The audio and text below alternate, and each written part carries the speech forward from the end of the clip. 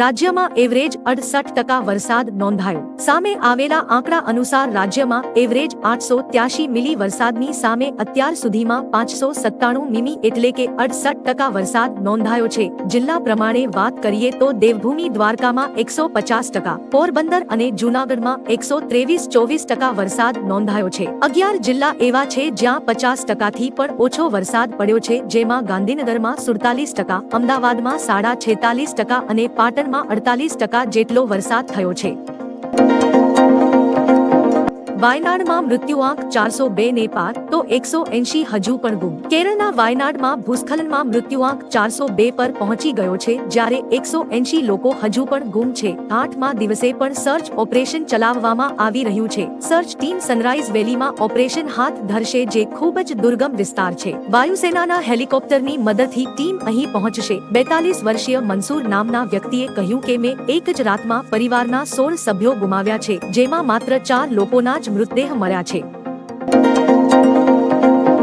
બાંગ્લાદેશમાં 8 લોકોને જીવતા સળગાવ્યા. બાંગ્લાદેશમાં સ્થિતિ સતત વણસી રહી છે. દરેક જગ્યાએ હિંસા થઈ રહી છે. આ દરમિયાન હથિયાર સાથે પ્રદર્શનકારીઓએ શેરપુર જેલ પર હુમલો કર્યો અને 500 કેદીઓ ભાગી ગયા હતા. ડેઇલી સ્ટાર અખબાર અનુસાર 27 જિલ્લાઓમાં હિન્દુના ઘરો અને સંસ્થાઓ પર હુમલા થઈ રહ્યા છે. ક્રિકેટર લિટન દાસના ઘરને પણ આગ લગાડવામાં આવી હતી. આ સિવાય એક હોટલમાં પણ આગ લગાડવામાં આવી હતી, જેમાં 8 લોકો જીવતા સળગી ગયા હતા.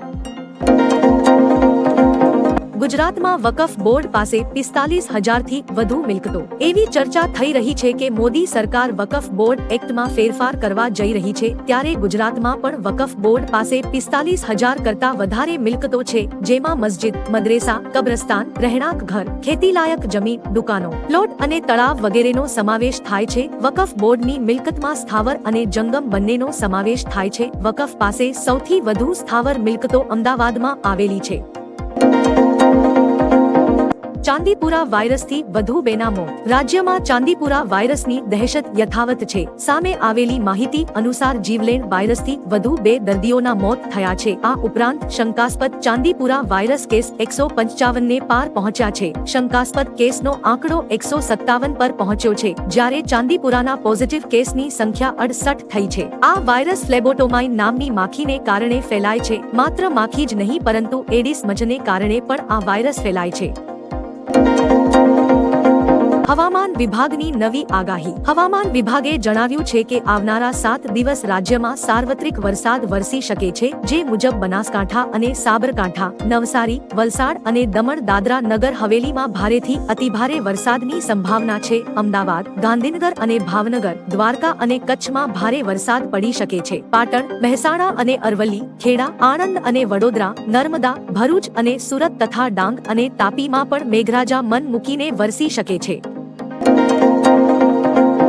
બાંગ્લાદેશ મુદ્દે સર્વપક્ષીય બેઠક યોજાઈ. બાંગ્લાદેશ મુદ્દે સંસદ ભવનમાં સર્વપક્ષીય બેઠક યોજાઈ હતી. આ બેઠકમાં સંરક્ષણ પ્રધાન રાજનાથસિંહ, કેન્દ્રીય ગૃહ પ્રધાન Amit Shah, JP Nadda, Congress, TMC, SP, RJD અને એનસીપી અને અન્ય પક્ષોના વડાઓ હાજર રહ્યા હતા. આ દરમિયાન વિદેશ મંત્રી એસ જયશંકરે બાંગ્લાદેશ મુદ્દે માહિતી આપી હતી. તો શેખ હસીનાને ભારત લાવનાર બાંગ્લાદેશી વાયુસેનાનું વિમાન સવારે પરત ફર્યું છે.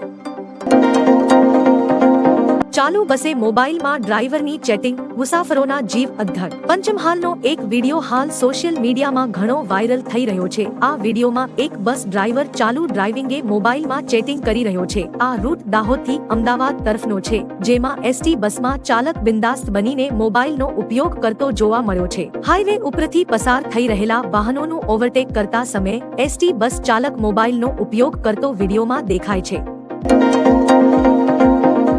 બાંગ્લાદેશના લોકો પીએમ હાઉસમાંથી ગાદલા, ગોદડા, પંખો જે મળ્યું તે લઈને ચાલતા થયા. બાંગ્લાદેશમાં તખ્તાપલટ થયો છે. ઘણા સમયથી થતા હિંસક પ્રદર્શનો ઉગ્ર બન્યા છે. શેખ હસીનાને રાજીનામું આપી દેશ છોડી દેવો પડ્યો છે. પ્રદર્શનકારીઓ વડાપ્રધાનના ઘરમાં ઘૂસ્યા અને લૂંટફાટ કરી હતી અને જેને જે વસ્તુ મળી તે લઈને ચાલતા થયા, જેનો વિડીયો સામે આવ્યો છે. સોશિયલ મીડિયા પર આ વિડીયો ખૂબ વાયરલ થઈ રહ્યો છે. પ્રદર્શનકારીઓ સોફા, ગોદડા, પંખા, ખુરશી, ટેબલ અને ગાદલા લઈને જઈ રહ્યા છે.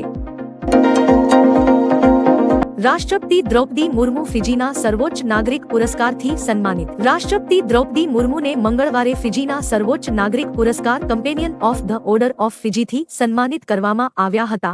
મુર્મુએ બંને દેશો વચ્ચેના સંબંધોની પ્રશંસા કરી અને કહ્યું કે ભારત એક મજબૂત, સ્થિતિસ્થાપક અને વધુ સમૃદ્ધ રાષ્ટ્રના નિર્માણ માટે ફિજી સાથે ભાગીદારી કરવા તૈયાર છે. રાષ્ટ્રપતિ કાર્યાલયે સોશિયલ મીડિયા પ્લેટફોર્મ ટ્વિટર પર એક પોસ્ટમાં જણાવ્યું હતું.